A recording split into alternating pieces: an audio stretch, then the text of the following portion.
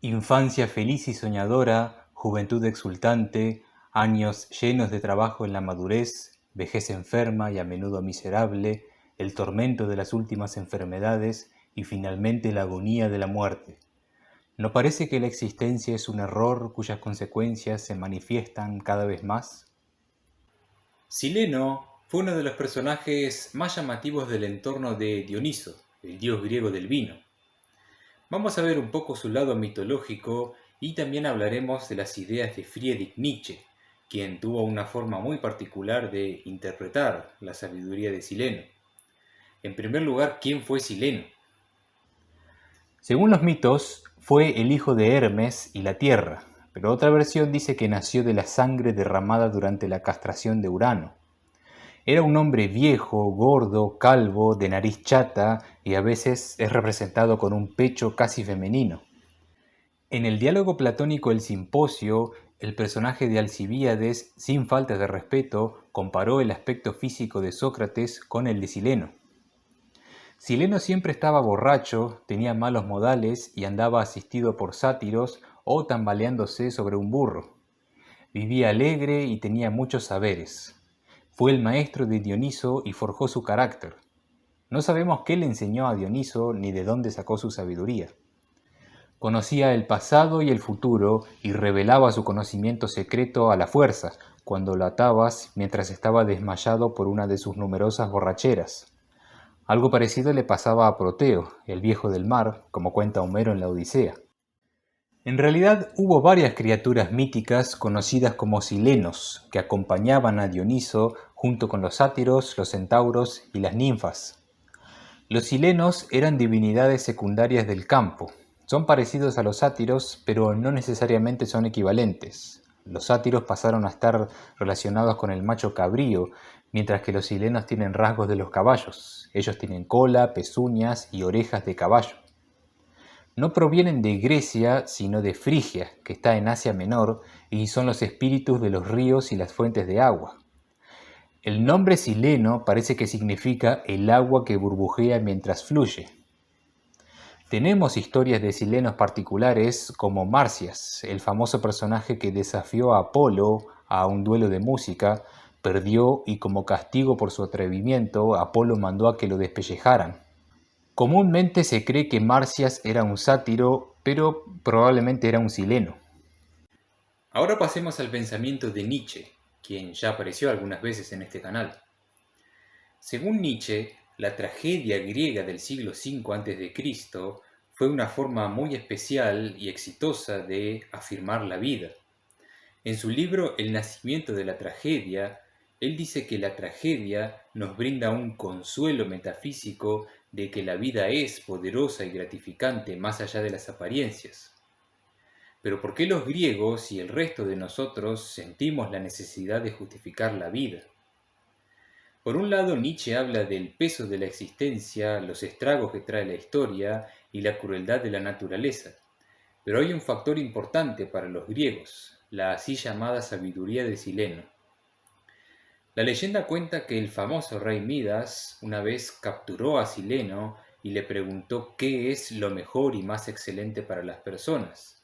Y él respondió lo siguiente: raza miserable, efímera, hijos del azar y de la tribulación, ¿por qué me obligan a decir precisamente lo que más les conviene no oír? Lo mejor está completamente fuera de su alcance, no haber nacido, no ser nada. Sin embargo, lo segundo mejor para ustedes es morir pronto. Nietzsche cree que esto era la sabiduría popular en aquellos tiempos, o sea, los griegos se dieron cuenta del horror de la existencia y el arte es lo único que puede justificar la vida en frente del absurdo y el horror. El arte para Nietzsche surge del conflicto entre dos fuerzas opuestas, lo apolíneo y lo dionisíaco. Lo apolíneo representa el orden, la estructura, la individualidad y la distinción. Lo mejor del arte apolíneo es la poesía épica de Homero y la escultura. Lo apolíneo también representa lo que Arthur Schopenhauer llama el principio de individuación, que dice que los objetos de la percepción son separados en espacio y tiempo y se relacionan por causa y efecto.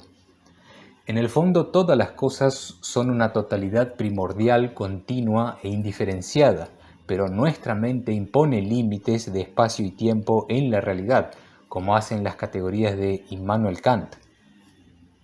En cambio, lo dionisíaco es la intoxicación y la disolución de todas las formas. Con la fuerza dionisíaca, lo apolíneo se quiebra, se desarman las estructuras y se revela lo que está en el fondo. A través de la intoxicación, dejamos de lado nuestras típicas formas de entender la subjetividad y nos olvidamos de nosotros mismos. La música es la máxima expresión artística de lo dionisíaco y la tragedia es la unión perfecta entre lo apolíneo y lo dionisíaco, y es la forma más elevada de arte.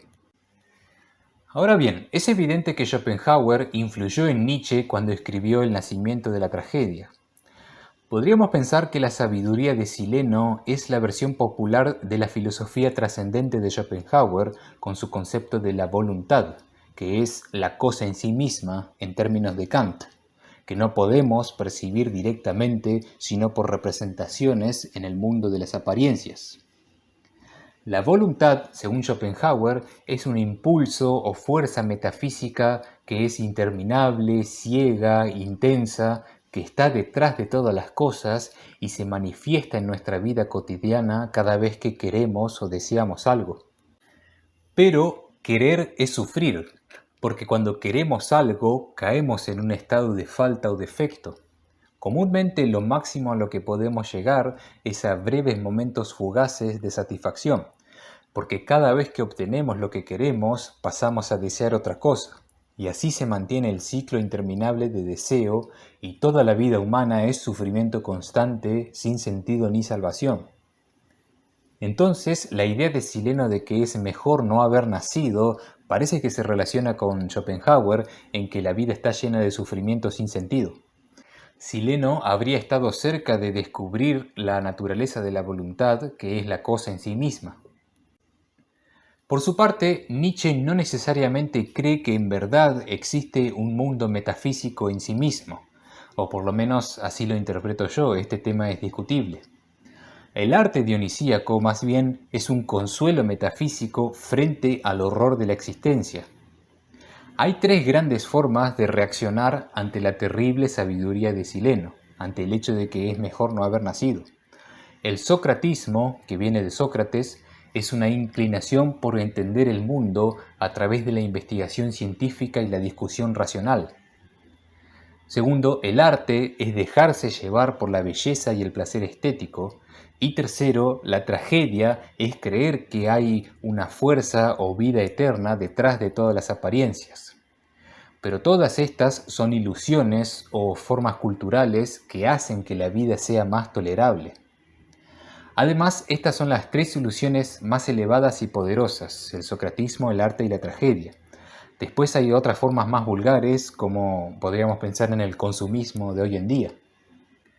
En suma, la sabiduría de Sileno no es para Nietzsche una verdad metafísica absoluta, sino que fue un modo particular griego de entender el sufrimiento y el dolor de la existencia. Otra cuestión es que podríamos pensar que la sabiduría de Sileno se relaciona con el nihilismo, tal como lo define Nietzsche, o sea, la voluntad de la nada, la devaluación de todos los valores y la pérdida general de sentido.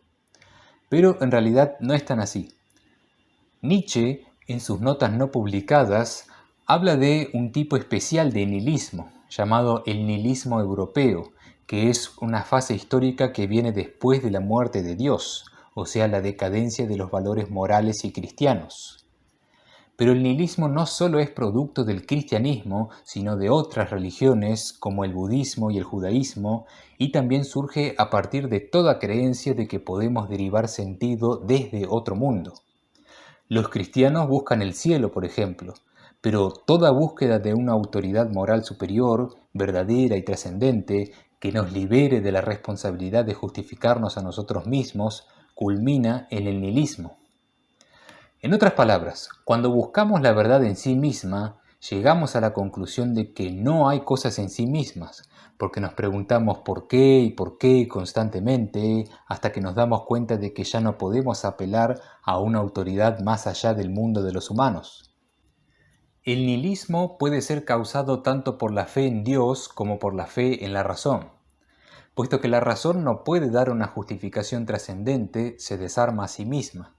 Por ejemplo, Kant llegó a una posición un poco nihilista cuando descubrió los límites de la razón humana. Y en la antigüedad, Sócrates introdujo la estima por el conocimiento y la sobrevaloración de la lógica, lo que llevó a la muerte de la tragedia. En cambio, la sabiduría de Sileno no es nihilismo, porque es una historia mítica que representa la situación difícil en la que estaban los griegos con su sensibilidad y capacidad para sufrir. Sobre esta base surgió el impulso apolíneo por crear a los dioses olímpicos para superar el horror de la existencia. O sea, el nihilismo viene después de la muerte de Dios, pero la sabiduría de Sileno es la fuerza que permitió a los griegos crear a los dioses en primer lugar. Y los dioses griegos son completamente diferentes al dios cristiano. Los dioses olímpicos no están más allá de este mundo, sino que son un reflejo de este mundo, son imágenes ideales de nuestra propia existencia. Ellos transforman este mundo en algo que vale la pena vivir. Homero, Esquilo y Sófocles, los autores que Nietzsche admiraba, dieron una justificación estética a la vida, pero sus obras no hubieran sido posibles sin la sabiduría de Sileno. Superficialmente parece que la sabiduría de Sileno es la máxima expresión de la negación de la vida, pero para Nietzsche no fue así, porque los griegos usaron esta sabiduría para crear la tragedia y así poder justificar la vida y celebrarla. Y lo interesante es que el espíritu griego puede renacer en nuestra era moderna. En un momento Nietzsche sugirió que la música de Richard Wagner era un renacimiento de la tragedia. En todo caso, lo importante es que Nietzsche quiere que dejemos de lado la influencia intelectual y racionalista de Sócrates para que busquemos una ilusión más poderosa que nos permita afirmar la vida.